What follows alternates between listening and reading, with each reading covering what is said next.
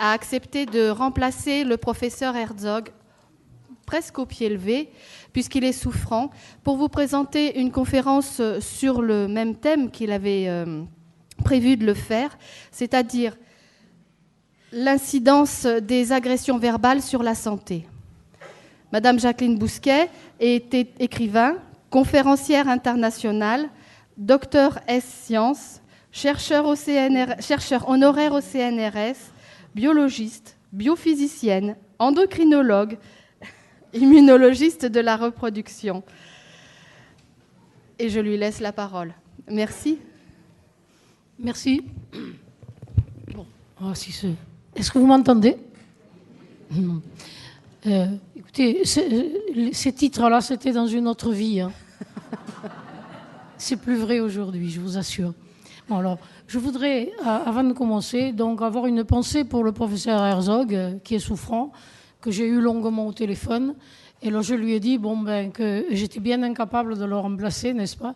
De vous parler de l'agressivité de certains mots. Oui, bon, on en a déjà parlé pour ceux qui étaient là dimanche. Et donc, on va se retrouver un petit peu dans ce contexte, c'est sûr. Mais tant que j'en suis au remerciement, je voudrais remercier Madame Claire Melchiori, qui a eu la bonté, entre hier soir et ce matin, de faire ce travail, alors que pour ceux qui étaient là dimanche, ils ont vu que l'échec retentissant était mon interaction avec cet appareil là-bas, où il fallait que j'écrive et où j'ai écrit sur le verre au lieu d'écrire sur le transparent. Enfin bref, quand elle a vu les transparents que j'avais fait hier soir pour vous, elle m'a dit non. Je vais faire beaucoup mieux. Alors, voilà le résultat. Donc, merci Claire, merci beaucoup. Et quand on dit que les exposants sont à votre disposition, vous voyez à quel point c'est vrai. Je pense que vous irez la saluer en sortant. Merci. Bien. Claire est à l'accueil et présente les informations concernant le syndicat, dont la création va être réelle et effective demain matin. Bien. Samedi matin. Merci beaucoup pour ces précisions. Et nous allons entrer dans le vif du sujet. Alors, pour ceux qui étaient là, je vais reprendre un petit peu avec ces transparents. Non, cet exposé à travers PowerPoint et ordinateur, ce qu'on appelle l'apéro. Hein? Bien. Et je pense que comme ça, vous aurez l'occasion de noter ce que vous n'avez pas pu noter la dernière fois. Et pour ceux qui arrivent, on va reprendre un petit peu un bref résumé de ce qui a été déjà dit, parce que, j'allais dire, ces informations sont capitales aujourd'hui. Je ne ferai pas un état des lieux, parce que c'est vraiment trop désespérant. Et en plus, ça sert à quoi ? De constater qu'on est dans le mur. Bon, mais ça fait longtemps qu'on est dans le mur sur tous les plans. Moi, ce que je voudrais, c'est vous donner des solutions de sortie. Parce que sinon, si on n'a pas ça, c'est même pas la peine de venir ici. Hein. On rentre chez soi et on attend que le ciel nous tombe sur la tête, ce qui ne saurait tarder. Bien. Alors là, moi, je vais essayer de vous dire comment vous fonctionnez, ce que personne ne vous a déjà dit. Je vais essayer de vous démontrer que vous êtes libre, que vous êtes indépendant, totalement indépendant. Vous ne dépendez pas d'un patron pour être payé à la fin du mois. Ça, c'est pas vrai. On vous a dit ça parce que, j'allais dire, vous avez accepté de croire ce que croit l'humanité. Mais en fait, si on s'en tient à la physique quantique, ce n'est pas vrai. Vous êtes libre et vous allez voir à quel point vous êtes libre. Mais à condition de ne pas laisser l'humanité penser pour vous. Alors je disais, quand vous rentrez chez vous, vous écrivez sur un grand panneau, si je ne pense pas par moi-même, c'est l'humanité qui pense pour moi. Donc ça veut dire que vous pouvez penser par vous-même et vous pouvez donc avoir le récepteur que vous voudrez au niveau de ce fameux corps physique qui n'est pour nous qu'une coquille d'escargot. Vous n'êtes pas ce corps physique, vous n'êtes pas ce mammifère qui est régi par des lois animales, des lois de mammifères. Vous n'êtes pas cela, ce n'est pas vrai. Vous êtes des êtres de lumière et vous avez votre pensée est créatrice et elle va créer votre réalité. Et l'importance de tout ça est de constater que vous êtes roi dans votre royaume. C'est-à-dire que ce qui convient à l'un d'entre vous ne convient pas forcément à celui d'à côté. C'est vous qui décidez de votre destin et de votre évolution, etc. Et aujourd'hui, vous êtes aidé par le changement de niveau de conscience qui se fait au niveau de la Terre elle-même. C'est-à-dire que la Terre vous accompagne. Jusqu'à il y a quelques années, la Terre freinait le pouvoir de votre pensée. C'est-à-dire qu'elle se comportait un peu comme de la glu au niveau de son champ magnétique qui empêchait que vos pensées se réalisent instantanément. Et donc, et heureusement finalement, parce que n'ayant pas conscience de l'importance du contenu de votre mental, vous créez, j'allais dire, vos limites. C'est vous-même qui avez créé les barreaux de votre prison. Donc maintenant, comment faire pour enlever ces barreaux? Alors, nous allons partir de ce qui a été pour moi, biologiste, mon départ dans cette approche, et qui est plutôt ma rencontre avec Émile Pinel, mathématicien, pas du tout reconnu par ses contemporains et qui est mort dans l'oubli le plus total, alors que cet homme-là était vraiment un génie, au même titre que Tesla, dont on parle peu, parce que ce sont des gens qui dérangeaient énormément le système, parce que d'une part, ils démontraient notre autonomie et que, en plus, Pinel, mathématicien, s'intéressant à la biologie, avait, si vous voulez, ouvert sur des explications tellement claires, tellement lumineuses, que les biologistes étaient obligés de dire on est complètement dépassés, on est des has-been. Et qui accepte tout à coup de dire non, tout ce que je savais est faux, c'est pas comme ça que ça marche. Non, on continue à nous maintenir dans la matière avec tout ce que ça représente comme limitation, comme frustration et surtout comme misère, maladie et mort. Tout ça est faux. Alors donc, si vous voulez, vous en tant que non-spécialiste, avoir une idée des travaux de Pinel, ces livres sont épuisés depuis une vingtaine d'années. J'ai eu la chance donc de le rencontrer et de travailler avec lui. Et j'ai un ami physicien qui s'appelle Serge Naon, qui est actuellement à la retraite, mais qui était un physicien qui travaillait sur les poussées nécessaires pour les fusées. Et c'est un docteur en physique ultra-hertzienne, enfin c'est un pur, j'allais dire, produit de la science. Et il a eu la gentillesse de faire un résumé des travaux de Pinel, accessible à tous, sur mon site qui est www.arcitra.org. Là, déjà, vous verrez un petit peu les approches de Pinel. Son livre s'appelle « Vie et mort ». Mais je vous dis, inutile d'essayer de le trouver. Il est absolument introuvable. Donc, si vous voulez passer au second. Alors donc, je vous rappelle que je fais une synthèse entre la tradition, dans ce qu'elle a de plus noble et de plus grand, on appelle ça la grande tradition. Il faut se méfier des traditions, y compris celle qui est, j'allais dire, la corrida, qu'on appelle tradition, mon Dieu, quelle misère. Non, là, la grande tradition, et je l'ai abordée à travers la Kabbale, sachant que la Kabbale a un avantage, c'est que lorsqu'elle est abordée avec un code chiffré, elle interdit que vous mettiez vos propres interprétations. Parce que dans les religions, vous avez vu, les religions ont dégénéré comme tout. J'allais dire comme tout ce qui existe et qui subit ce qu'on appelle les courbes en cloche de Gauss. Autrement dit, quelque chose monte jusqu'à une acmé, un sommet, et puis ça redescend. Et les religions ont subi cette chose-là, c'est-à-dire qu'au départ, elles gardaient quand même quelque chose, j'allais dire, de spirituel, entre guillemets, sachant que spirituel signifie la science de l'esprit. Et donc n'a rien à voir avec la religion, soyons clairs. Donc les religions ont été complètement transformée par les humains qui s'en sont emparés. Et je dirais que on voit aujourd'hui le résultat. On s'est toujours battu au nom de Dieu, alors que chacune parle d'un Dieu unique, etc. La grande tradition n'utilise pas du tout ça. Et si on se souvient du Christ qui dit lorsque vous avez affaire à des dieux, ce ne sont que des dieux. Et donc, mettant bien cet accent là-dessus. Je suppose qu'il y a autant de notions de Dieu qu'il y a de personnes dans cette salle et qu'on n'en sortirait jamais si on voulait aller chercher ce qui est derrière. Alors, on est obligé, pour parler, d'utiliser des mots, et souvent, la grande tradition fait parler le divin. Il est bien évident que le divin ne parle pas, et j'allais dire que ce divin, au niveau... Alors, nous faisons un pont aujourd'hui entre la Kabbale et la physique quantique.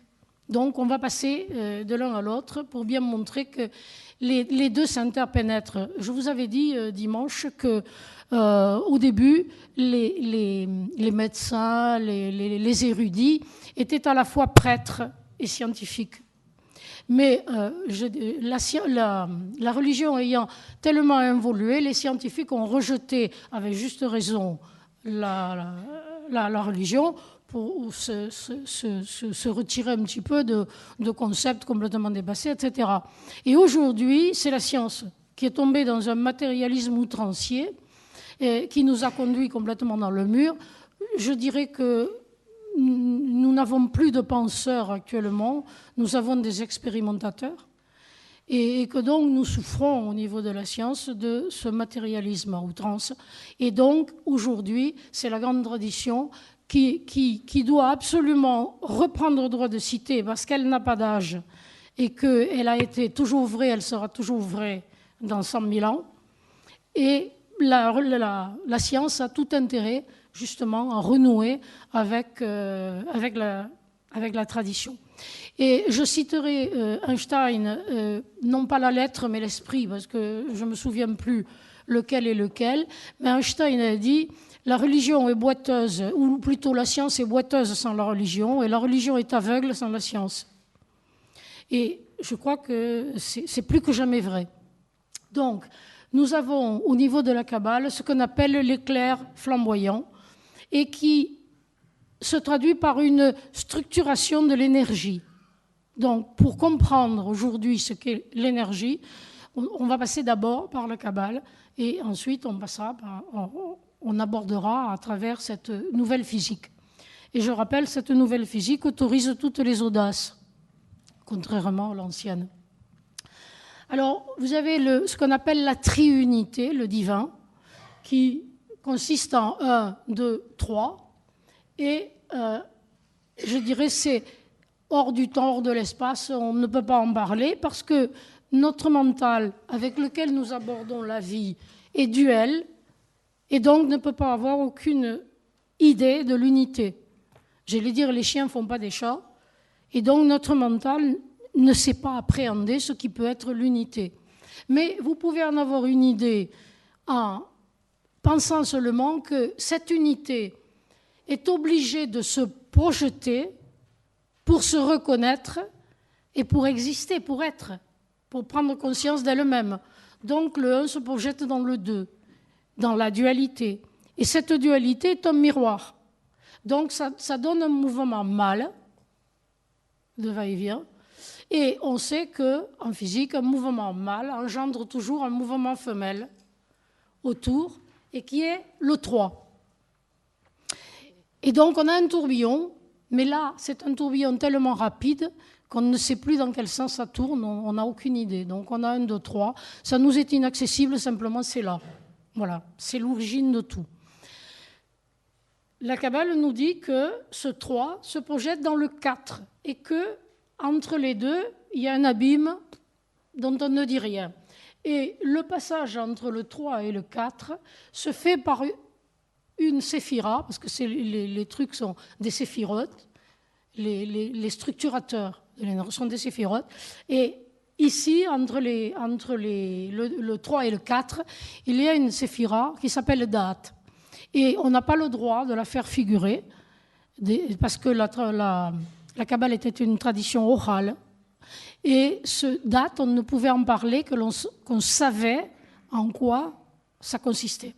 Donc on n'en parle pas. Et on arrive à 4. 4, c'est la porte, c'est-à-dire par où tout arrive, par où tout est possible. Et je dois préciser que de 1 à 9, il s'agit de prototypes ou d'archétypes. Autrement dit, c'est comme les plans d'un architecte qui sont dans sa tête et qui donc ne sont pas du tout exprimés. Nous verrons que tout cela va s'exprimer dans le 10 et que le 10, c'est le mâle et la femelle côte à côte. Autrement dit, vous allez avoir des polarités séparées au niveau de ce qu'on a, qu'est le courant électrique.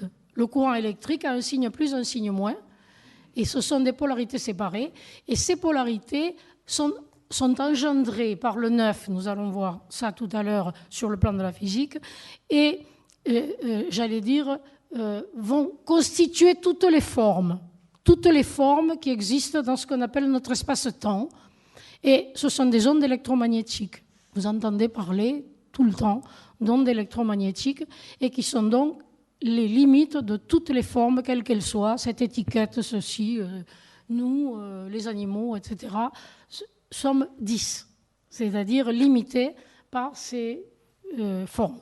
Sachant donc qu'au niveau de la Terre, vous avez des formes qui sont électriques.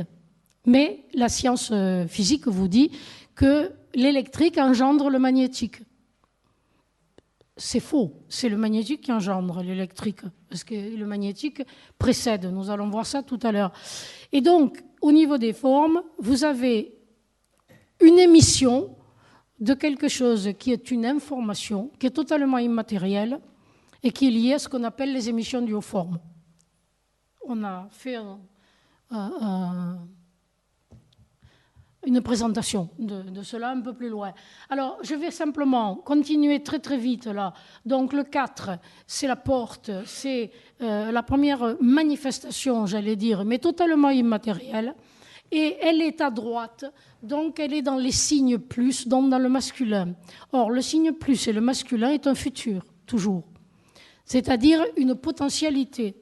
Mais pour que cette potentialité s'exprime, il lui faut un féminin, c'est-à-dire quelque chose qui va le mettre en forme et qui va l'exprimer dans l'espace-temps du 10 plus bas. Donc, le 4 va s'enfermer dans le 5 qui est, j'allais dire, manifesté par la planète Mars, qui est une planète rouge et qui est caractérisée par le fer. Or, ce Mars, en fait, est l'enveloppe de ce que, j'allais dire, du plus qui va lui permettre d'exister. Bon. Ensuite, l'ensemble de ces 5 va aller au niveau du Soleil, et le Soleil va envoyer ses rayons, c'est le 7, je vais le reprendre tout à l'heure de façon à ce que ça soit plus clair, et ensuite ces rayons de Soleil vont aboutir dans la planète Mercure, qui est une planète qui danse, pas une planète qui tourne. Et vous voyez, elle est constituée par une forme qui est extrêmement importante, justement, en Kabbale, et qui montre 2 cercles. Et vous allez voir tout à l'heure l'importance de ça. Le tout aboutit dans le 9, qui est la Lune, et ensuite aboutit à la Terre. Donc déjà, vous pouvez voir que la Lune, c'est la Lune qui engendre la Terre. Ce qui est quand même assez important. Vous voulez bien passer à côté. Merci. Alors donc maintenant, nous allons passer à la notion de physique correspondant à cette notion, j'allais dire, qui, elle, est purement une grande tradition. Et j'allais vous dire, chacun y trouve ce qu'il y apporte. Un mathématicien va y voir des mathématiques, un physicien de la physique, un biologiste de la biologie. Alors là, nous allons l'aborder très simplement en physicien, parce que c'est plus facile que de parler d'un atome que d'une cellule. La cellule est déjà beaucoup plus complète, mais elle fonctionne exactement de la même façon. Alors vous avez toujours le 1, 2, 3 dont on ne dit rien, mais le 4 se trouve être en physique le champ unitaire ultime. Et les physiciens vous disent que c'est un champ, donc une région de l'espace capable de le structurer, et qui va donc être en avant de tous les autres champs. Le 5 est le neutrino. Et le neutrino, c'est la particule vectrice du champ magnétique. Parce qu'on vous dit que la particule vectrice des ondes électromagnétiques, c'est le photon. Mais le photon étant une particule énergétique, elle ne va pas pouvoir rendre compte du neutrino qui, lui, est une particule sans charge ni masse. Donc, comme on va voir que le 5 va s'enfermer dans le 7, il nous faut une particule vectrice du champ magnétique, sachant que le photon, lui, est la particule vectrice du champ électrique. Donc déjà, on a un petit désaccord là, au départ. Donc, j'allais dire, le neutrino, c'est un peu l'équivalent de la pensée en tant que contenant.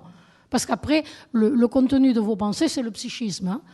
Mais là, c'est la pensée. Votre pensée peut sauter d'une chose à l'autre et contenir des informations totalement différentes les unes des autres. Donc, ici, c'est la pensée. Vos pensées, vous n'en avez pas qu'une, vous en avez, j'allais dire, des millions, des milliards, etc. Et elles vont, ces pensées, auxquelles vous avez acquiescé, c'est-à-dire vos croyances. Soit elles vous ont été imposées, soit vous les avez acceptées. Parce que vous avez la plupart des croyances, vous ne les avez pas acceptées. Elles sont là parce qu'on vous a dit que si vous tombez du 10e étage, vous allez mourir, ce qui n'est pas vrai sur le plan de la physique. Mais bon, c'est comme ça. Vous l'avez accepté parce qu'il y a quelqu'un qui en a fait l'expérience. Mais pourquoi en feriez-vous l'expérience vous-même? Ce n'est pas une nécessité. Donc, ça va s'enfermer dans le 6, qui est le Soleil, donc, qui est un champ magnétique. Et je vous ai dit dimanche que le Soleil n'est pas chaud. Il n'est pas à des millions ou milliards de degrés.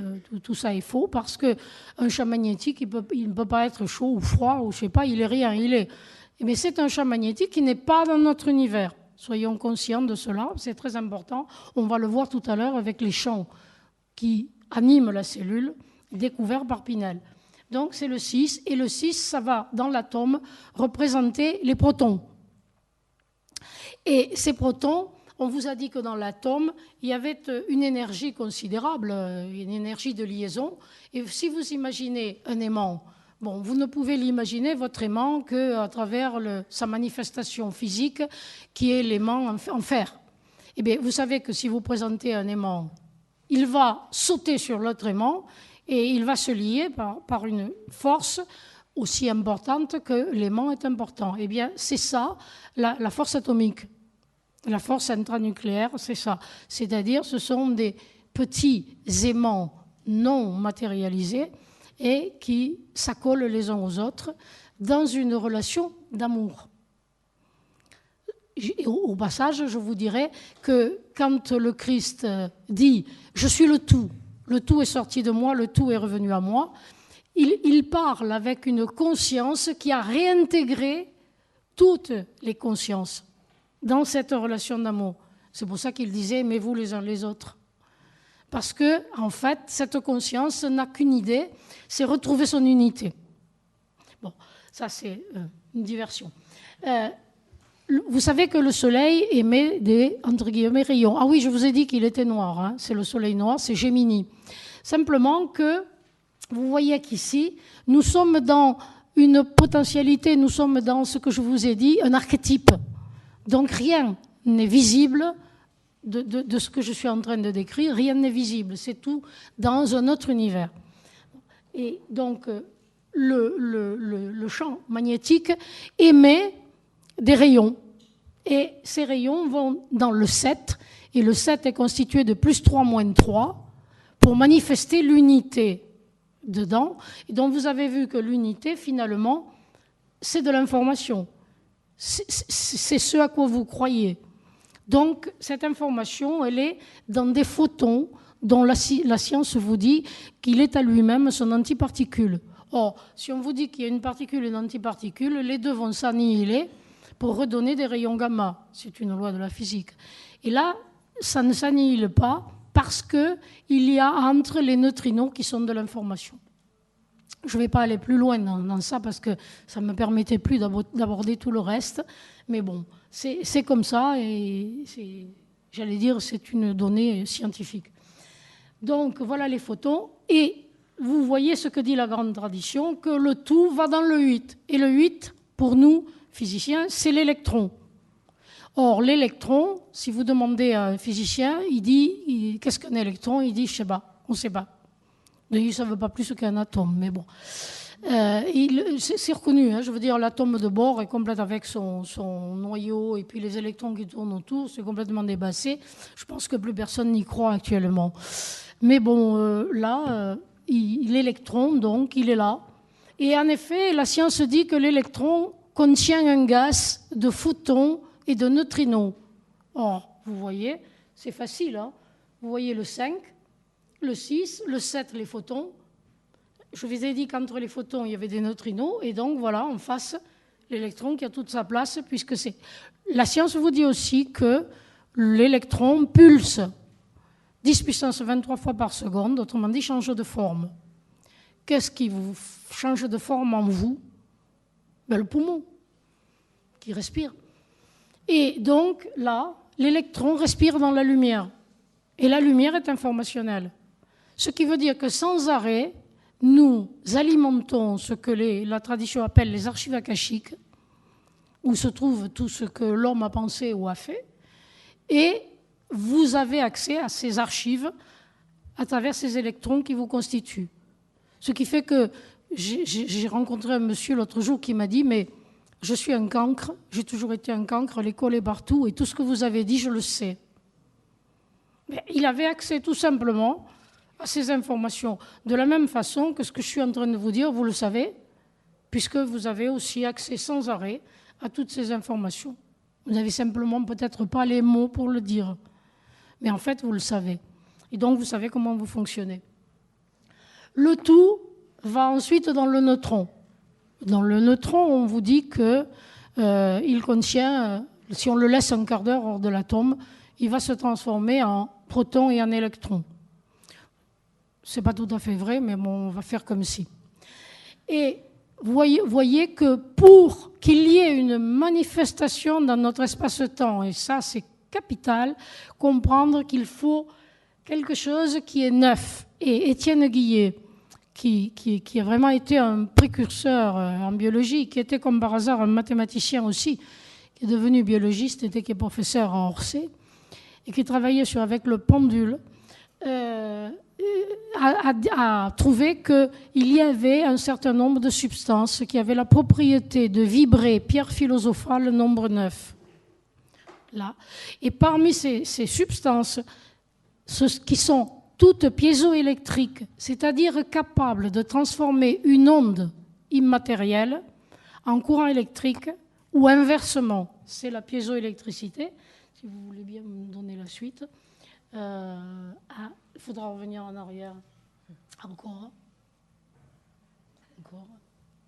Ah non, ça y est pas, l'onde. Si. Ah bon, voilà. Alors, voilà. Alors en bas ici, vous voyez en bas, vous voyez l'onde, la substance piézoélectrique et l'électricité, la membrane électrique. Vous voyez?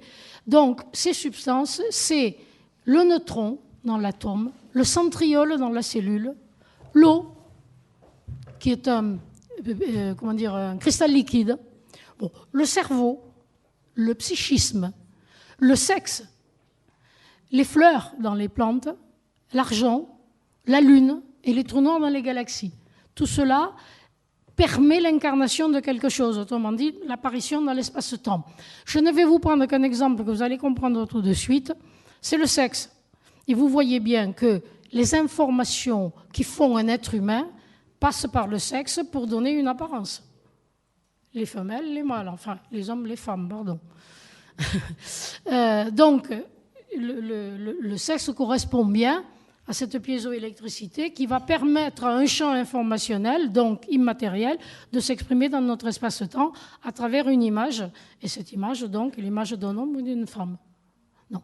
Et alors, donc, simplement quand les rayons solaires immatériels, dont je vous ai dit qu'ils n'étaient pas visibles, vont rencontrer la ionosphère, c'est-à-dire une sphère où il y a des neutrons,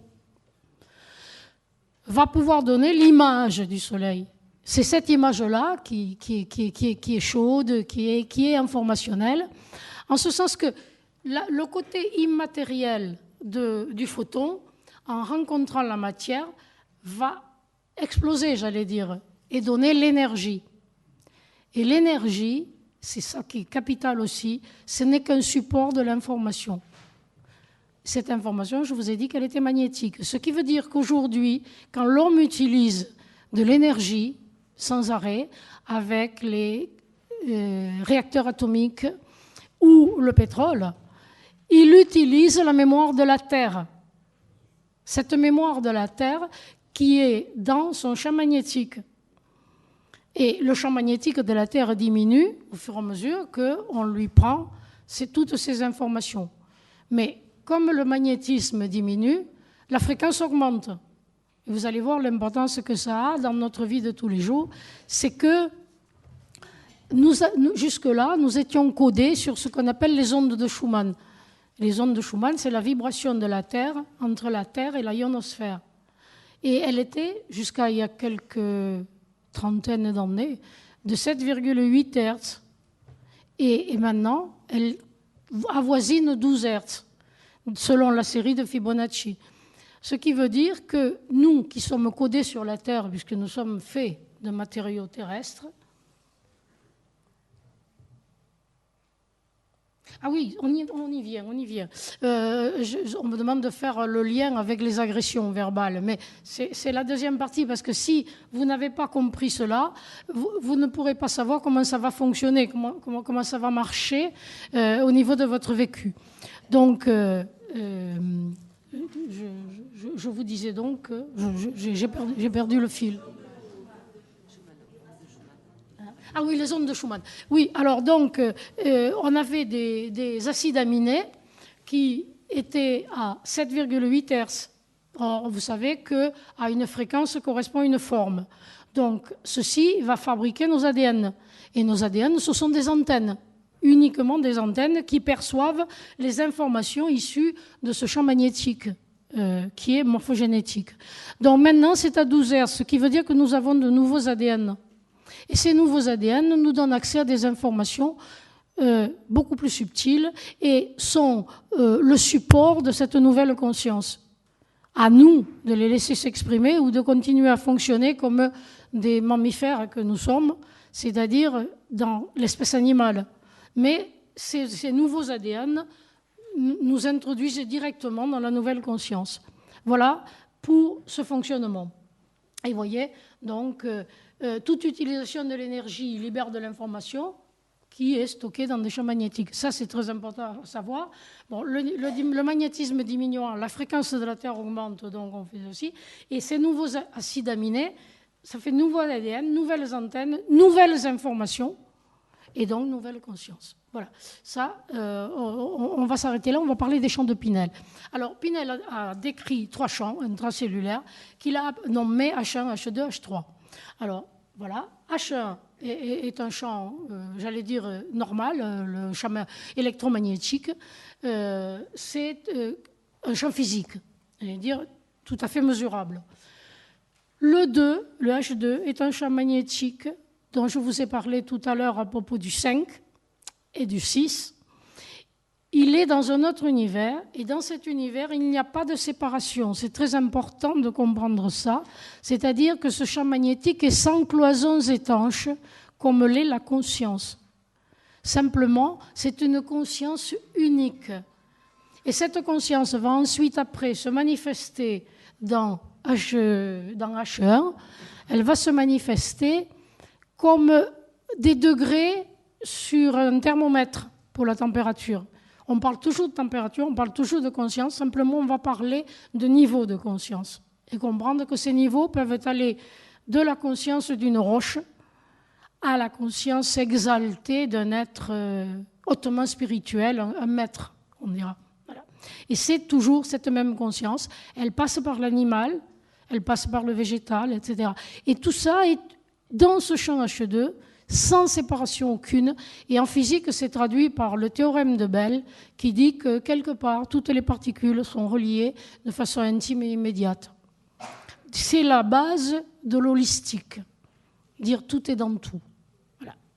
C'est important aussi pour comprendre que lorsque vous agressez l'autre, quel qu'il soit, c'est vous-même que vous agressez au niveau de ce champ H2, ce champ de conscience. Bon, l'immatériel n'est pas miscible avec le matériel. Ce sont deux choses totalement opposées. Il faut donc, entre les deux, quelque chose qui est à la fois immatériel et matériel. Et c'est le champ H3. Et ce champ H3 a un côté immatériel qui est relié à H2 et un côté matériel qui est relié à H1. La Lune en fait partie.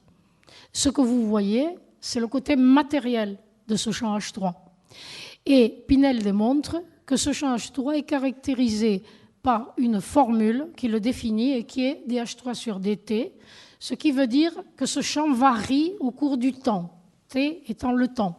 Ce qui veut dire que chaque fois que vous recevez une information, vous devez la manifester dans votre corps physique.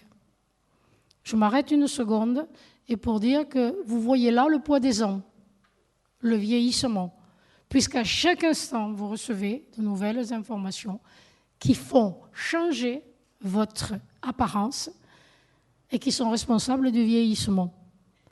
D'accord ? Vous devez, à chaque instant, exprimer les informations qui parviennent à votre champ H2, c'est-à-dire celles que vous avez laissées entrer. Et nous allons en profiter pour rejoindre le professeur Herzog, puisqu'il devait vous parler des mots qui tuent, des mots qui rendent malade. J'allais vous dire, chaque fois, c'est une information.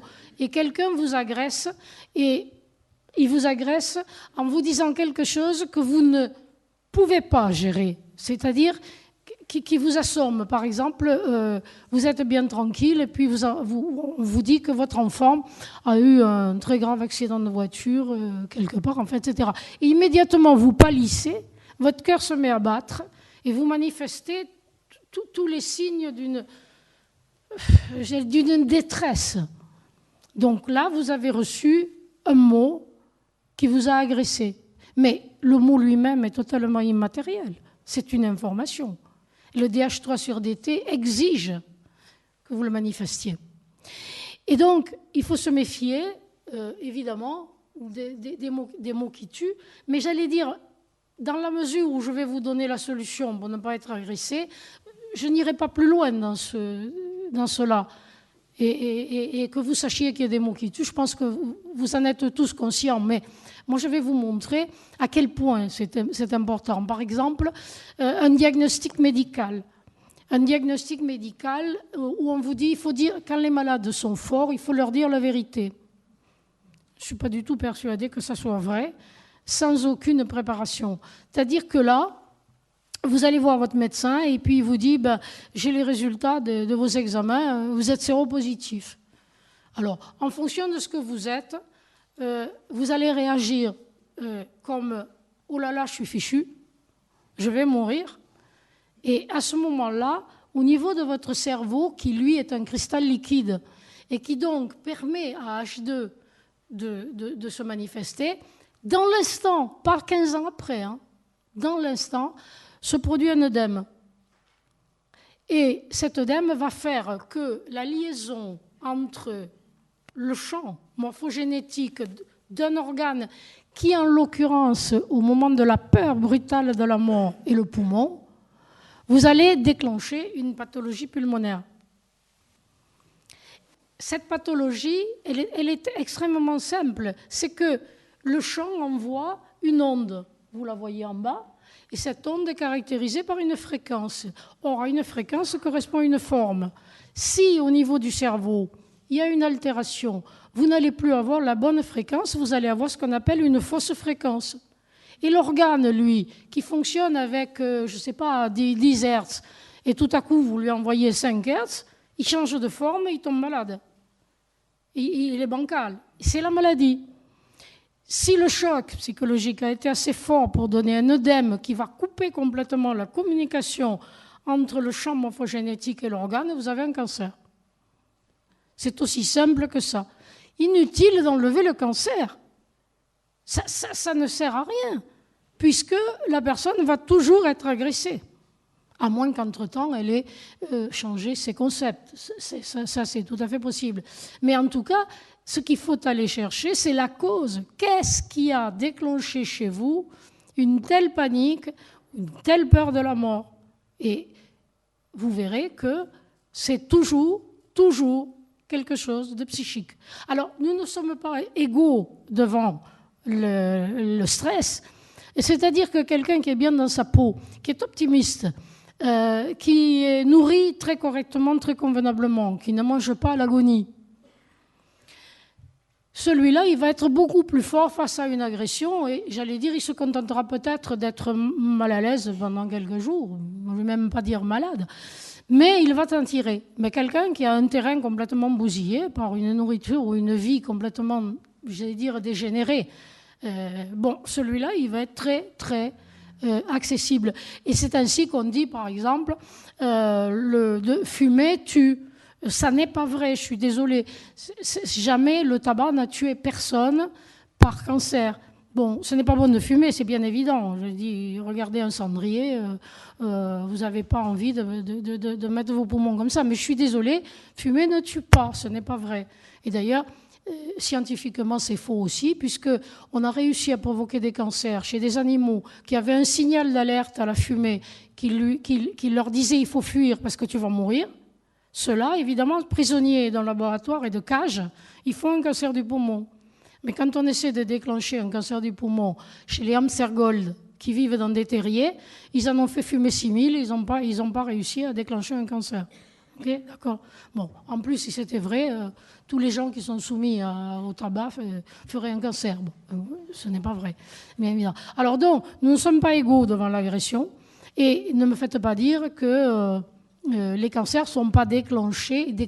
Si, je le dis que ce ne sont pas déclenchés, mais ils sont favorisés par le genre de vie. Ça, c'est clair aussi. Je le répète, il n'y a qu'un être qui est très bien dans sa peau, qui est très bien correctement nourri, qui est au courant de la façon dont il fonctionne et qui sait qu'il est roi dans son royaume. Celui-là, vous ne lui ferez jamais avoir un cancer. Ce n'est pas possible. Mais que tout le reste, on ne sait pas. Voilà. Il est quand même, j'allais dire, capital de bien connaître ces notions. Et savoir donc, chaque fois que vous avez à gérer un stress, c'est à vous de décider comment vous allez l'accepter. Et je pense que les choses ne sont jamais que ce que l'on pense d'elles. Donc, voilà un moyen de gérer le stress, c'est de savoir que vous tombez malade pour guérir.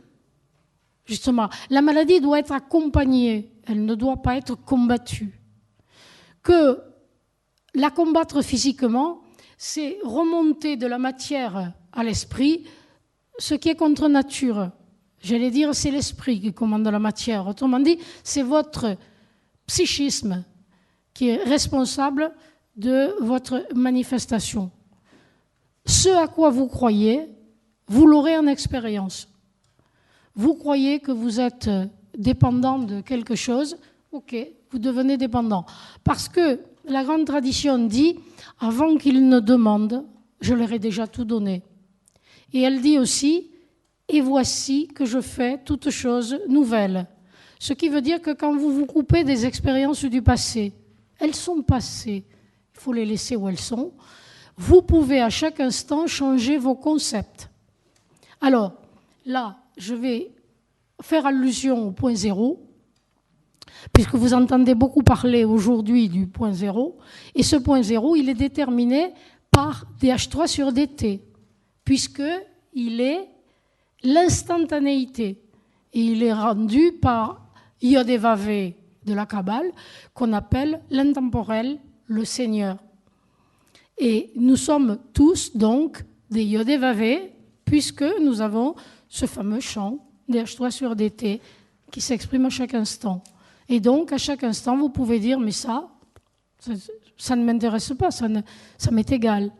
Et si par hasard, vous avez en vous les récepteurs que vous ne pouvez pas éteindre, j'allais dire. Ces récepteurs, ils sont ainsi faits qu'ils vont être comblés par le champ H2, ils vont être comblés par ce champ unitaire. Alors, quand vous faites un creux, aussitôt, le cosmique vient le remplir. D'accord ? Donc, encore une fois, si vous dites « je ne suis pas malade », le cosmique, qui lui est intemporel, entend « malade ». Il n'entend pas « je ne suis pas ». Il ne connaît pas. Il ne connaît que le présent là. Alors, vous avez dit « malade ». Bon, ok. Le patron a dit qu'il était malade. Et vous allez être malade. Le patron a dit qu'il n'a pas d'argent. Ah ben ok, d'accord, voilà, pas d'argent. C'est comme ça que ça marche. Donc, faites le récepteur de ce que vous voulez et vous l'aurez. Sachant que c'est de la physique. Par exemple, la grande tradition dit « Tout ce que vous demanderez en priant, croyez que vous l'avez reçu et cela vous sera accordé. » Merci de m'avoir donné l'opulence. Merci de m'avoir donné la santé. Merci de m'avoir donné la joie. Ben, c'est obligé de marcher, c'est de la physique. D'accord ? Bon. Le rôle de l'autre, très important, puisque nous revenons dans les mots qui tuent. L'autre n'est qu'un miroir. Et il ne sera jamais qu'un miroir dans lequel vous vous contemplez. Ça veut dire que les travers que vous montre l'autre, c'est pour aller corriger en vous cette chose qui est là et qui est un récepteur, sans quoi l'autre n'aurait pas pu vous atteindre. Si vous n'avez pas de récepteur, l'autre ne va pas vous provoquer. Il n'y a pas de récepteur. Il n'y a pas le fameux mouvement de va-et-vient.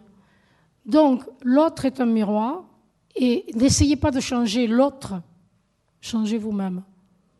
Alors, les mots qui agressent, ce sont des mots qui vous interrogent. Qu'est-ce que je pense moi ? Alors, je reviens au point zéro parce que c'est extrêmement important. Chaque mémorisation d'informations se fait au niveau d'un gène. Et évidemment, vous savez qu'il y a 90% de l'ADN qui est inutilisé. En fait, ce sont des mémoires qui sont là et souvent qu'on a choisi au moment de l'incarnation, puisque quand Pinel fait... Je regarde l'heure, fait T égale 0, il s'aperçoit qu'H1 disparaît, H2 disparaît, il ne reste que le champ H3, qui est un champ de forme, donc, mais sa composante des H3 sur dt disparaît, ce qui veut dire que le mort est vivant, mais dans un univers magnétique, et où il ne peut pas s'exprimer ici, parce qu'il n'a pas la piézoélectricité capable de l'incarner. Donc, au moment de la mort, on est vivant, avec ses croyances, ses concepts, etc. D'où l'intérêt de préparer sa mort. Et sachant que c'est là que la pensée se réalise instantanément et que donc l'enfer est en vous, c'est à vous de décider. Et si de l'autre côté, vous avez envie de voir ce que vous aimez, vous les voyez. Si vous voulez entendre de la musique, vous l'entendez. Si vous voulez une cathédrale, elle est là, etc., etc. C'est parce qu'il n'y a pas le poids de la matière et que vous êtes à ce moment-là uniquement dans l'esprit. Bien. Alors donc, l'autre n'étant qu'un miroir, inutile d'aller l'agresser, je répète, changer et l'autre va changer. Donc c'est plus valable de dire je vais recevoir un stress ou je risque de recevoir un stress qui va me déclencher une maladie ou un cancer ou je ne sais pas. Pensez simplement que c'est vous qui gérez après. Vous n'avez besoin de personne d'autre. Et que, donc, ces fameux gènes qui sont des souvenirs, des mémoires de quelque chose que vous avez vécu, vous vous êtes incarné pour les effacer, pour en finir avec ça, avec une bonne attitude, une attitude d'une conscience supérieure, d'une conscience exaltée. Lorsque physiquement, vous vous souvenez de quelque chose du passé, c'est-à-dire que vous jouez avec le temps, vous prenez un gène et vous l'amenez là, ici et maintenant, dans l'intemporalité. Et à ce moment-là, au niveau de l'ADN, ce gène reprend sa forme et vous donne le sentiment qui accompagnait cette information. Parce que, j'allais dire, la pensée correspond à un burin, si vous voulez, et le sentiment à un marteau. Et c'est avec ça que vous gérez votre vie. Alors, il y a des gens qui ont des burins extraordinaires, mais ils n'ont pas de marteau, ils n'ont pas de sentiment. C'est souvent le cas des intellectuels. Par contre, les enfants actuellement, là, ils n'ont pas de burin, mais ils ont un énorme marteau. On voit ce qu'ils font de leur vie. Il faut donc ajuster très exactement. Et quand vous vous souvenez, vous avez un vécu avec le sentiment qui l'accompagnait, c'est-à-dire parfois une détresse, parfois une grande souffrance. Et le seul moyen que vous ayez, c'est de dire « je prends ce sentiment, je prends ce vécu, je le mets au point zéro ». En faisant cet acte-là, vous aplatissez le gène et il ne peut plus aller le mémoriser. Donc vous ne serez plus jamais confronté à cette expérience. C'est extrêmement important pour gérer votre vie de tous les jours.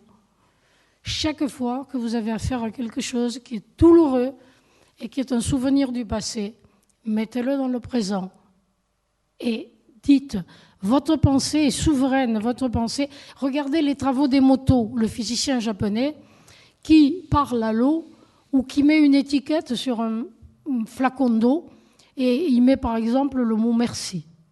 C'est rien, merci. Et ensuite, il cristallise l'eau et il regarde le cristal. Le cristal est magnifique. Il met N. Le cristal est tout déstructuré, c'est une catastrophe. Simplement, l'eau a été informée.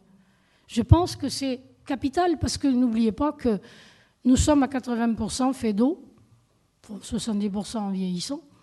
Mais enfin, bon, un ADN qui n'a pas son eau d'hydratation ne fonctionne pas. Donc, l'eau est le cristal liquide par excellence qui transfère les informations au niveau de structures vivantes. C'est pour ça que je vous parlais de la qualité de l'eau. La qualité de l'eau que vous buvez et qui est absolument extraordinairement importante.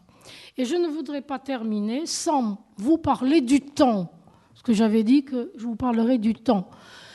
Nous sommes dans un monde matérialiste, nous sommes dans le Kali Yuga, nous sommes dans la barbarie, nous sommes retournés à la barbarie la plus totale. Et il y a un certain nombre de raisons qui ont fait cela, et c'est encore une fois ce matérialisme outrancier qui nous fait nous assimiler à ce corps physique, ce corps de mammifère, dans lequel nous n'avons rien à faire et dans lequel nous, êtres divins, êtres de lumière, nous sommes tombés par erreur, lorsque nous n'avons pas écouté ce qui nous était dit en Éden, dans le paradis, et qui était « tu ne goûteras pas aux fruits de l'arbre du bien et du mal, sinon tu subiras un changement d'état ». C'était dit de façon extrêmement claire. Or, connaître le bien et le mal, c'est connaître deux opposés. Et il ne suffit pas de prendre deux opposés et de les mettre au milieu, ça n'a jamais rien réglé. Si vous prenez du noir et du blanc, vous aurez du gris. C'est pas ça que vous voulez. Mais vous avez la solution du point zéro. C'est-à-dire, vous prenez le mal ou le bien, parce qu'on est tombé dans les deux, et vous le mettez au point zéro. Ce qui veut dire que vous allez enlever de votre ADN tout ce qui fait le poids des ans, qui fait le poids de la souffrance, le poids, parce que je ne sais plus qui a dit, oh mais la vie finalement, l'enfer est sur la terre, et pour un peu de bien, j'allais dire 1/10 de bien, et encore, il y a 9/10 de mauvais à vivre. Bon, ça vous appartient. Vous êtes roi dans votre royaume, et à vous de décider de votre royauté. Vous en ferez ce que vous voulez. Et quand on demandait à Yeshua, dit Jésus, il répondait, oui, je suis roi dans mon royaume, mais mon royaume n'est pas de ce monde. Il faisait allusion au H2, bien évidemment.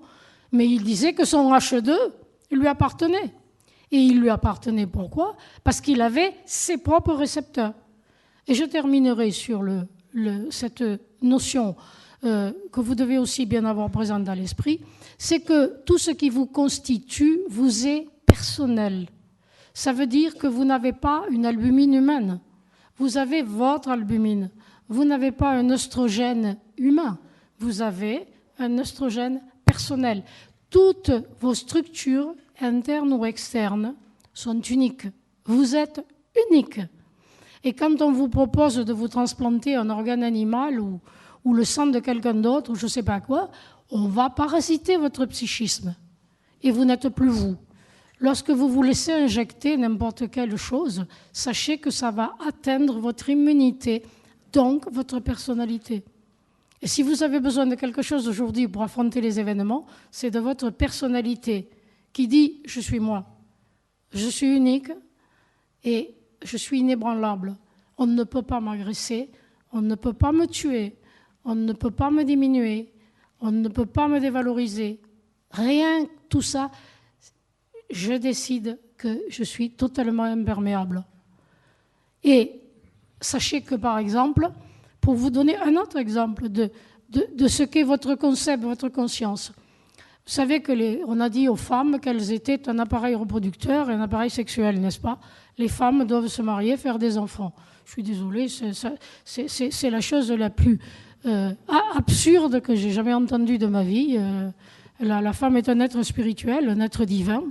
Elle n'a rien à voir avec tout ça. Et d'ailleurs, quand la femme s'approche du Christ et lui dit bienheureux les seins qui t'ont allaité et le ventre qui t'a avorté, il répond il va venir un temps où vous direz bienheureux les ventres qui n'ont pas avorté, les seins qui n'ont pas allaité.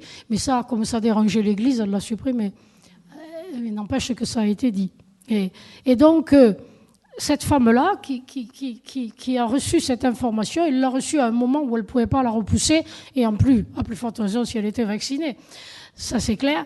Quand elle va être ménopausée, elle dit « je ne suis plus une femme ». Et donc, il va y avoir ce qu'on appelle l'ostéoporose liée à la ménopause. L'ostéoporose, c'est une pathologie j'allais dire, la défiance de soi. Enfin, on n'est plus soi. On est dévalorisé. Elles sont dévalorisées en tant que femmes.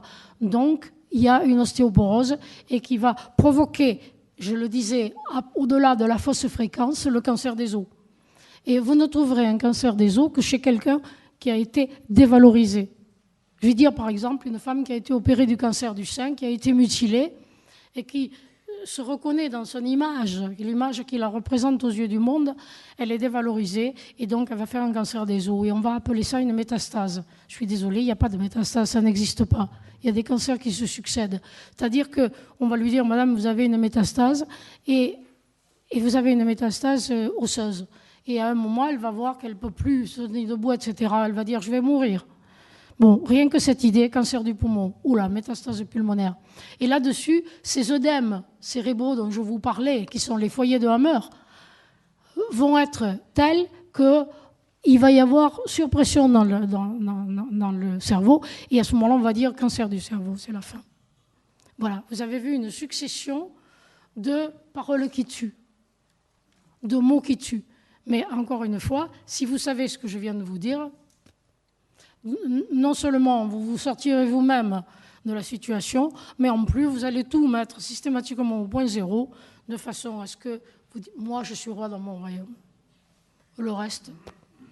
Ok, on va terminer là-dessus, si vous voulez bien. Je ne sais pas si on a tout passé, là, je ne crois pas qu'on ait tout passé. Alors, donc, en passant, là, juste, je commente ces quelques images que Claire a eu la gentillesse donc, de vous projeter et de faire. Vous voyez que le 6, qui est un appareil copulateur mâle, en cabale, a son crochet tourné vers le haut. Ce qui veut dire que vos pensées, vous devez les chercher dans le divin, pas dans l'humain, le 6. Par contre, le 9, qui lui va incarner vos désirs, ce à quoi vous croyez, vos concepts, lui, il est tourné vers la terre. Vous voyez le crochet, c'est-à-dire qu'il va informer la terre. Et si vous liez les deux, vous avez le 69 qui se passe de commentaires. Et donc, vous avez... Je voudrais finir juste parce que tu peux changer. Encore. C'est fait.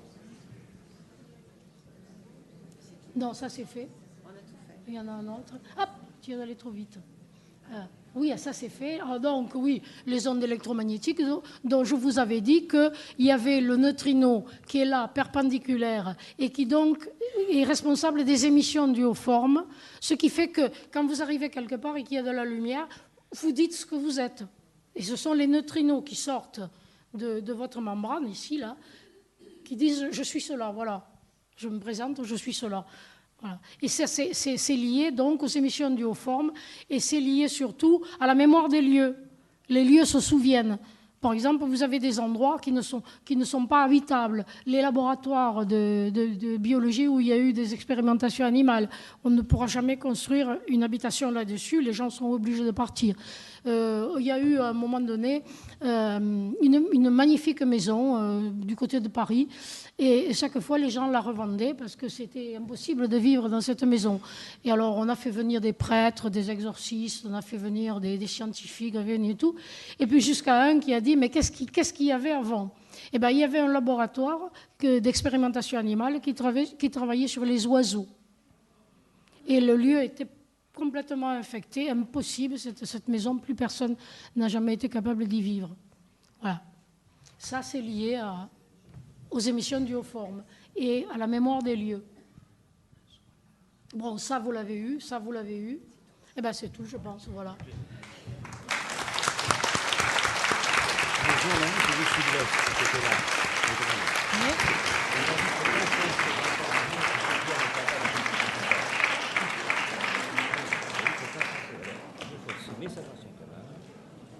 Chère Jacqueline, c'est Simone. Attends, Je te pose une question précise. Attendez quelques secondes.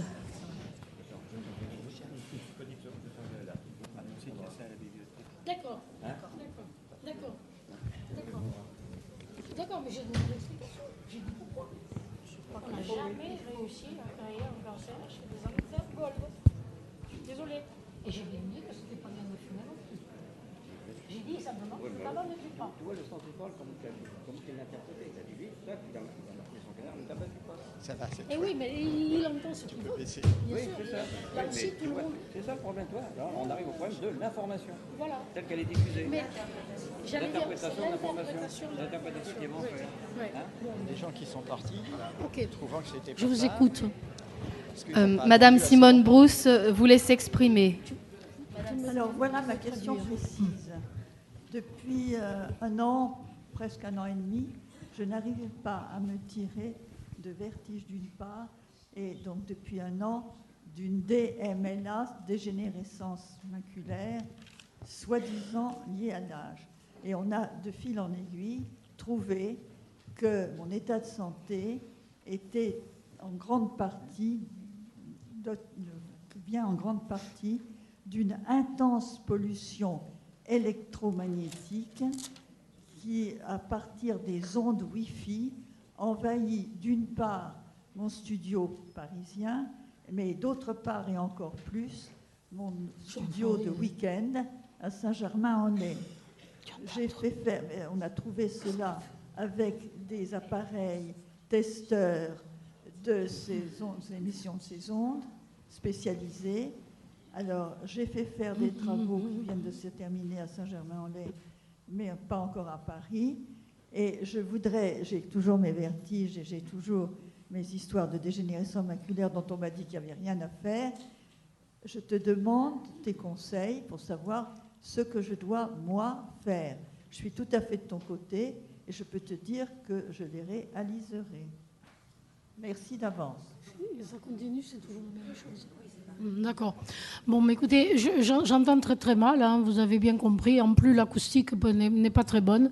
Mais enfin, je crois avoir compris que vous souffrez de pollution électromagnétique et que donc, que pensez donc de ces ondes qui nous polluent actuellement, et en particulier du Wi-Fi, dont on est en train de dire qu'on le supprime dans les bibliothèques, on le supprime un petit peu partout maintenant parce qu'on a conscience. Et puis, il y a les téléphones cellulaires, etc. Mais j'allais vous dire... Là aussi, voilà, là aussi, ça vous appartient.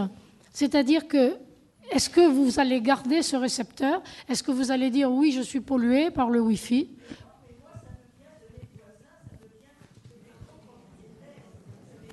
vient de l'environnement, il n'en a pas, elle en interne.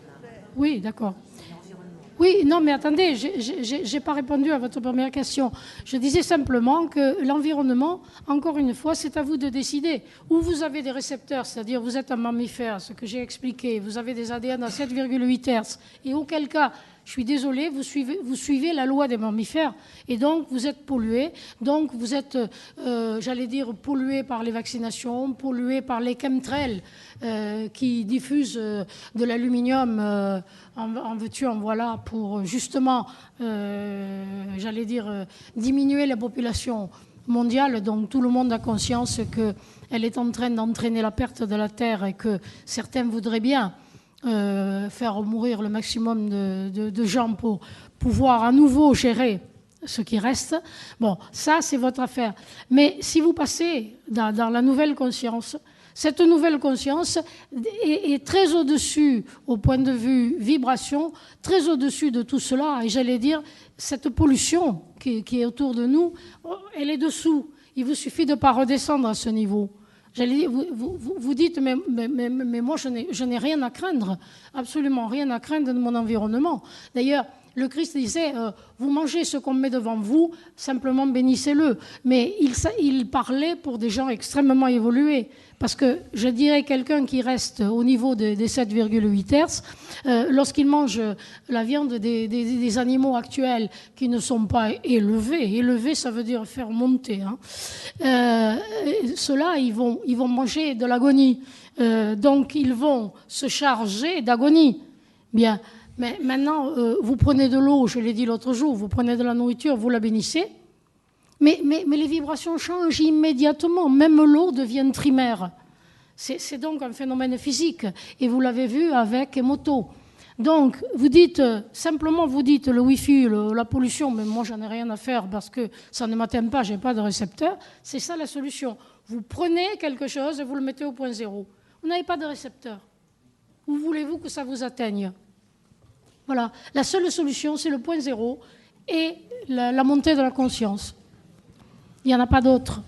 Autrement, vous ne pouvez pas vous protéger parce que vous pouvez vous protéger d'un champ électrique qui, lui, on peut s'en protéger complètement. Magnétique, non, il traverse tout.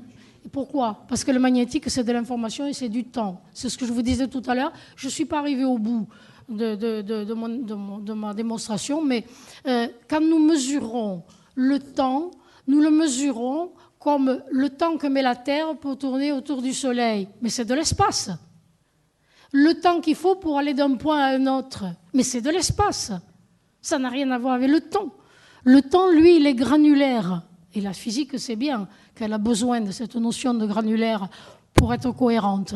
Le temps est granulaire et il est constitué d'informations qui se succèdent. C'est de là que vient le mot physique quantique, quanta, saut. Vous avez une information, vous en avez une autre, vous en avez une autre, vous en avez une autre. Et c'est ça qui va constituer le magnétisme, donc le temps. Et c'est pour ça qu'au niveau de nos enveloppes, nous manifestons ce que nous sommes à l'instant. Dans l'instant d'après, ça sera autre chose. D'accord? Voilà. Une autre question? Bonjour madame. Dans l'instant de cet instant,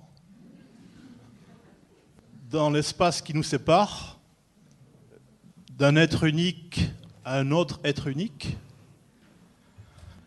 lorsque la comète Schumacher-Levy a percuté Jupiter, et donc le champ unitaire, au niveau du 4, donc qui est le carré de la manifestation, cela a donc induit des changements et des bouleversements en profondeur. Est-ce que vous pensez que l'augmentation de la résonance de Schumann est arrivée à sa hauteur maximum? Si oui, et sinon, quelle peut-elle être et qu'est-on en mesure de supporter? Deuxième chose, vous parliez de cigarettes. Chacun a la totale liberté de fumer. Il y a un pôle de l'esprit, un pôle de la matière.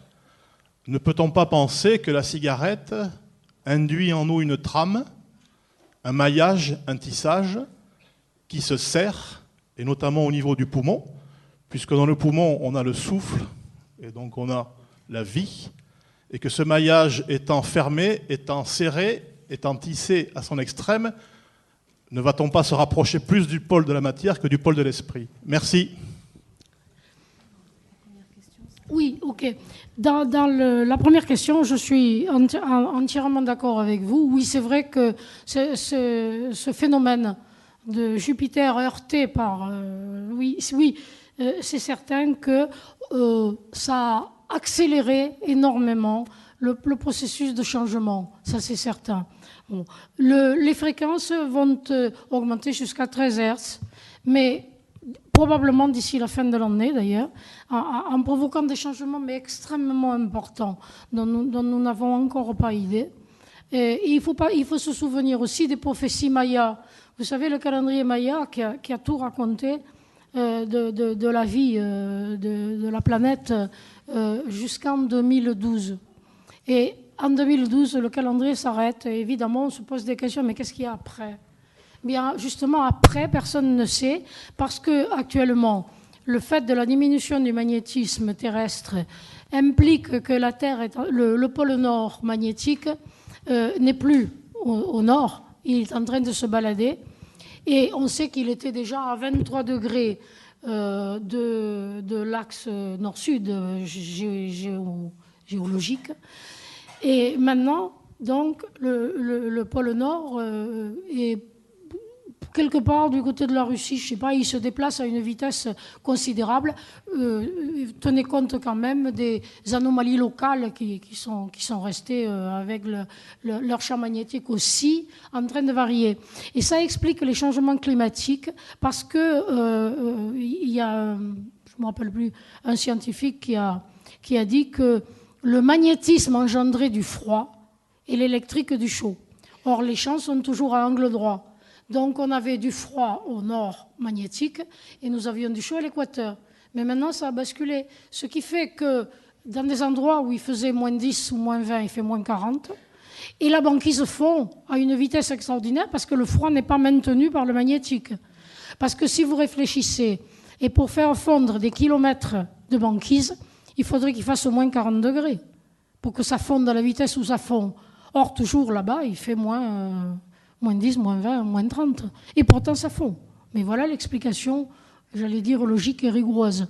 Donc, cette bascule se poursuit jusqu'au moment où ça va s'inverser. Mais ça s'est déjà produit dans la vie de la Terre. Ça s'est déjà produit. Et donc, le pôle Nord va devenir le pôle Sud. Or, vous savez qu'un aimant tourne en fonction de ses polarités. Donc, pour le moment, la Terre tourne comme ceci, à l'envers. Mais il est évident que quand le basculement sera terminé, il y aura le pôle sud au nord, le pôle nord au sud. Donc elle va s'arrêter et repartir dans l'autre sens. Ça s'est déjà produit, ça n'a pas aussi extraordinaire. Maintenant, qu'est-ce qui va se passer au niveau de l'humain dans ce truc-là je dirais qu'on ne le sait pas, puisque tout s'arrête en 2012. Mais qu'il est probable que comme le champ magnétique terrestre nous protégeait j'allais dire du soleil et nous protégeait donc de l'information et donc faisait que nos pensées n'étaient pas actives immédiatement, il est probable là, elles le seront. Alors il vaut mieux être prévenu pour ceux qui y seront. Je n'en sais pas plus. Alors, pour la cigarette, oui, c'est vrai que ça choque beaucoup lorsque je dis ça, mais je m'en tiens strictement au phénomène qui est le tabac ne tue pas par cancer du poumon. J'ai pas dit qu'il était bon de fumer. Je suis désolée, je ne fume pas. Parce que, d'ailleurs, les gens qui fument sont des gens qui compensent et qui essaient de se couper du monde par un petit écran de fumée, j'allais dire. Ce sont des gens qui ne sont pas parfaitement bien dans leur peau. Sauf les gens qui fument de temps à autre. Moi, j'ai un frère qui fume un cigare de temps à autre pour le plaisir. Mais ça n'a rien à voir. Bon, mais en ce qui concerne, donc, je dis le cancer du poumon, qui n'est provoqué que par une peur brutale de la mort, je suis désolée, je persiste et je signe, le tabac ne tue pas comme ça. Il tue probablement autrement, par pollution, parce que, je sais pas, moi, j'aime pas trop être dans une atmosphère enfumée, ça me déplaît, je n'aime pas. Mais, je le répète, pas comme on nous le dit. Une autre question ? Oui, bonjour. Debout, levez-vous s'il vous plaît. Levez-vous s'il vous plaît. Vous parlez de nouvelle conscience. J'aimerais savoir, et 2.0, comment faites-vous pour justement vous ramener au point zéro? J'aurais aimé, chacun prie à sa façon, évidemment, puisqu'il est question de divin, mais j'aurais aimé savoir vos croyances à vous, vos prières à vous. 30 secondes, je le lui ai écrit. Comment faites-vous?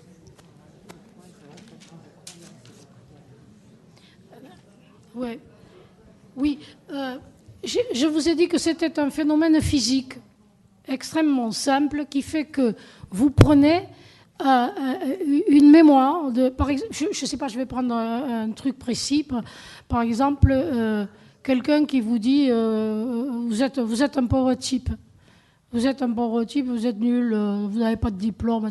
Vous avez reçu ça un jour et ça vous a attristé profondément ou ça vous a bouleversé d'une façon ou d'une autre. Et donc, vous avez renforcé ce qu'on appelle le gène déclencheur. Le gène déclencheur, donc, il est remonté dans le temps actuel et il vous a donné cette réaction qui est de tristesse, de, je ne sais pas, le sentiment que vous avez à ce moment-là. Bon, c'est seulement à ce moment-là que vous pouvez dire je mets ce souvenir, je mets cette émotion, je mets cette réaction au point zéro. Simplement le dire, voilà, c'est tout. Dit je mets cela au point zéro. Et je le répète, ça marche comme marche le phénomène des motos qui dit, par exemple, regardez le cristal correspondant à une eau qui a été exposée à Bach ou à Beethoven, la musique de Bach de Beethoven, regardez la beauté du cristal. Et puis, prenez le pop ou le heavy metal ou les musiques actuelles, regardez le cristal. No comment. Regardez. Eh bien donc, vous, lorsque vous dites « je fais cela », votre parole est souveraine.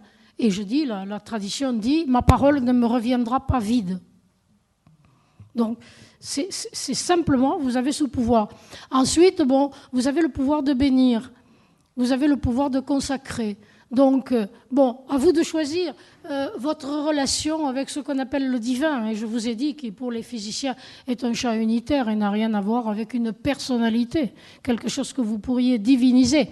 Le Christ, lui, Yeshua, Jésus, il appelait cela le Père.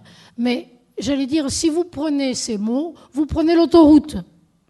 Alors, il est évident qu'il vaut mieux que vous utilisiez le mot « père » qui est une autoroute que le mot « champ unitaire ultime » qui est utilisé par quelques physiciens.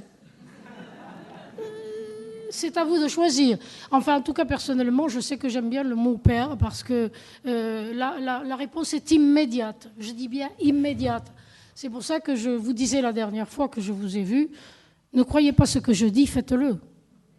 C'est beaucoup plus important que vous le fassiez dans votre vie de tous les jours et que vous vous rendiez compte comment vous allez changer votre rapport aux autres. C'est une liberté fantastique de se dire que l'autre, c'est vous qui lui permettez de vous agresser et il est là pour vous rendre service et pour changer quelque chose en vous et pour monter dans cette conscience de tolérance. Et je vous avais fait rire parce que pour moi, ce mot était à bannir de mon vocabulaire, parce qu'un jour, je l'avais prononcé et quelqu'un m'avait dit dans la salle « Mais la tolérance, il y a des maisons pour ça. » Et j'avais été vraiment stressée complètement, je ne l'avais plus utilisé. Mais ça dit bien ce que ça dit. Hein. Vous acceptez l'autre tel qu'il est, sachant qu'il ne peut pas vous nuire d'aucune façon. C'est vous qui l'avez provoqué. Ça change tout. Et il en est de même de tout ce qui peut être agression. Je pense à Simone, qui est très gênée actuellement par cette pollution. C'est à vous de décider si cette pollution va persister ou bien si vous allez la dépasser complètement parce que vous décrétez que vous êtes immunisé contre tout. Parce que vous n'avez pas de récepteur.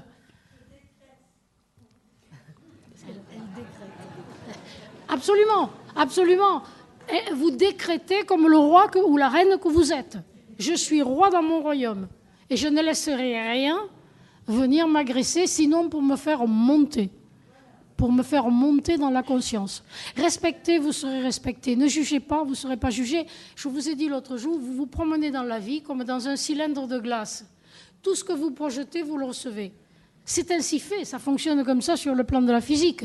Et quand le Christ disait « bénissez vos ennemis, priez pour ceux qui vous persécutent », il ne parlait pas de charité, de tout ça. Il disait simplement une vérité mathématique. Vous allez projeter une vengeance, elle va vous revenir comme un boomerang, boum, et elle ne fera rien à l'autre en plus. C'est là que ça devient intéressant de savoir qu'est-ce que vous voulez faire. Par contre, si vous envoyez de l'amour en disant « mais cette personne m'a agressé, m'a volé, m'a fait ceci, cela », je la bénis, je la consacre au Père. Vous envoyez ça. Bon, d'une part, ça va peut-être la changer, cette personne, et ensuite, vous, ça va vous revenir comme un boomerang. Qu'est-ce que vous voulez de plus? Ce qui veut dire qu'en plus, vous risquez de ne plus jamais être confronté à ce qui va vous faire vivre. Par contre, si vous dites « Ouh là là, j'ai été volé, je mets une alarme, je mets ceci, je mets cela », vous serez volé encore, parce que vous avez fait le truc comme quoi vous pouvez être volé. Ça c'est clair. Une autre question sur l'estrade. Il y a une dame là. Non, Claude? Non. Alors, d'accord. Non, Levez-vous, moi, madame. je voulais te remercier, Jacqueline, parce que pour la première fois de ma vie, je vois la réunification de la physique avec la vie, avec la biologie. Donc je rentre à peine dans le vivant. Et en fait, ce que tu dis, moi, je suis complètement d'accord et en harmonie. Je ne sais pas si je pourrais l'expliquer. Mais ce que je sais, c'est que j'ai expérimenté ça à travers plein d'aides, de techniques où la parole est importante. Effectivement, la parole est information. Et je comprends aujourd'hui qu'à partir du moment où on parle et on accepte d'entendre certains mots et qu'on s'approprie le sens, j'avais entendu parler du point zéro, mais je n'avais jamais vu que je ne conscientisais pas ramener la parole qui correspond à une émotion, la ramener au moment présent, ben ça s'appelle le point zéro pour moi, je l'entends maintenant. Effectivement, quand on a pris conscience, eh bien, on passe à autre chose, en fait. Et au fur et à mesure que l'on amène des paroles, donc du sens, eh bien, on s'en débarrasse. Et on s'en débarrasse, quand je dis on s'en débarrasse, mentalement, on se débarrasse de rien. C'est dans le physique que l'on voit. Et là, l'expérience que je voulais dire, c'est qu'un jour, j'ai découvert la méditation. Et la méditation, j'ai senti mes cellules vibrer. Mais en fait, j'ai senti mon corps énergétique vibrer. Et en fait, ce que tu expliques, là, j'ai l'impression de comprendre ce chant-là, ce chant DH3, là, sur DT, là.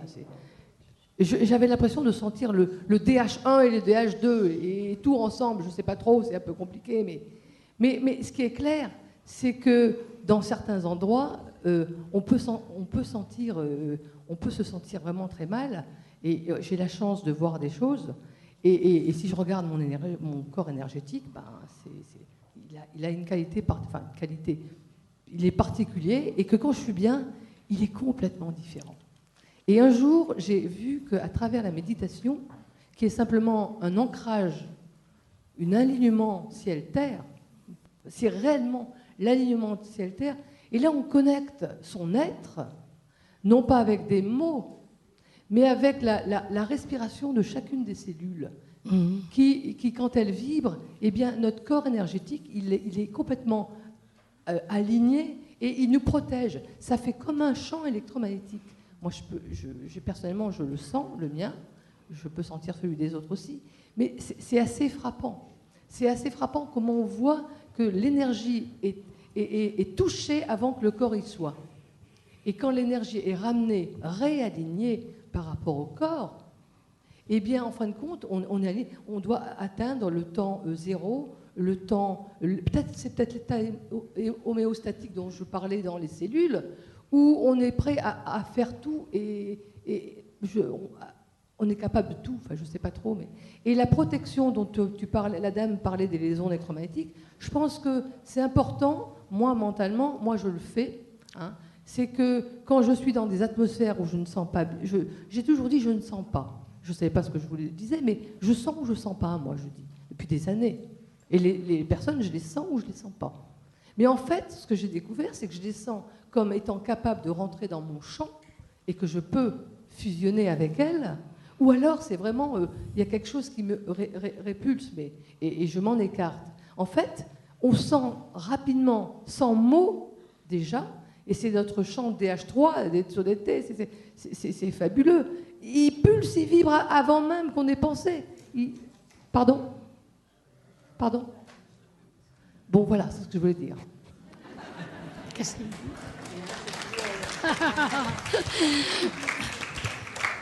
Je voudrais remercier particulièrement Jean Ayache qui vient de clarifier un certain nombre de choses, et je suis d'autant plus contente de la saluer, de la remercier, que c'est une espèce extrêmement rare aujourd'hui.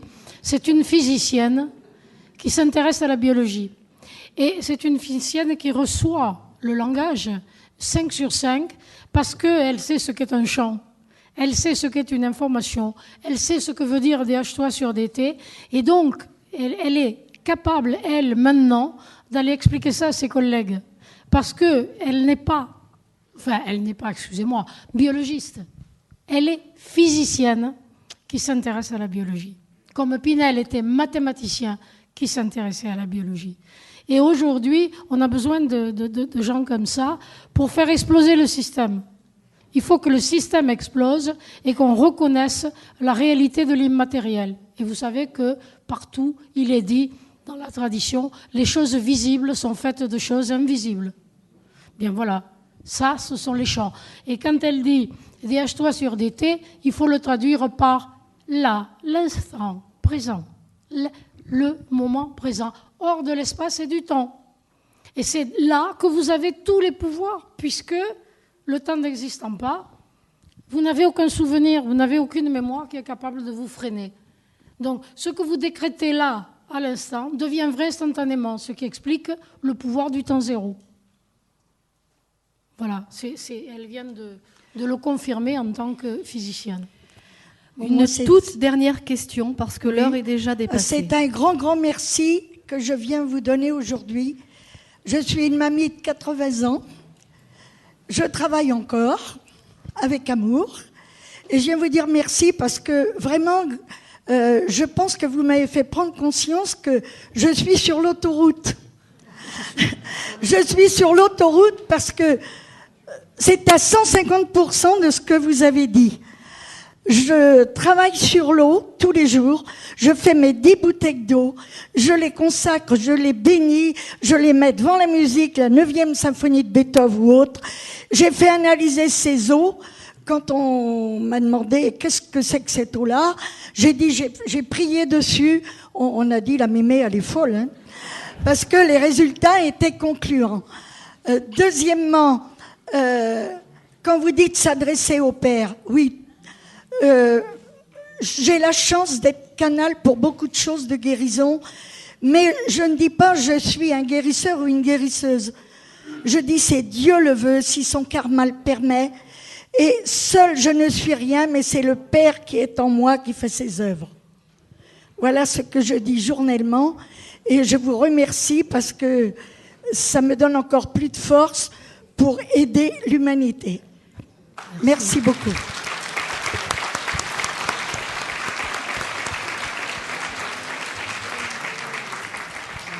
Je le pensais, Dieu le guérit. Et il n'y a de guérison que le malade. Seul le malade peut se guérir. Seul. Tout le reste. Et en plus, vous n'avez pas à être malade.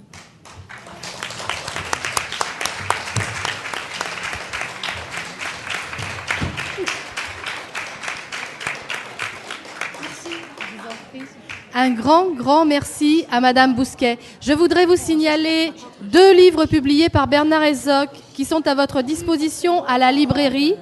Tourment de l'âme, maladie du corps et les dérives de la médecine. Ces 2 livres signés par Bernard Herzog sont à votre disposition.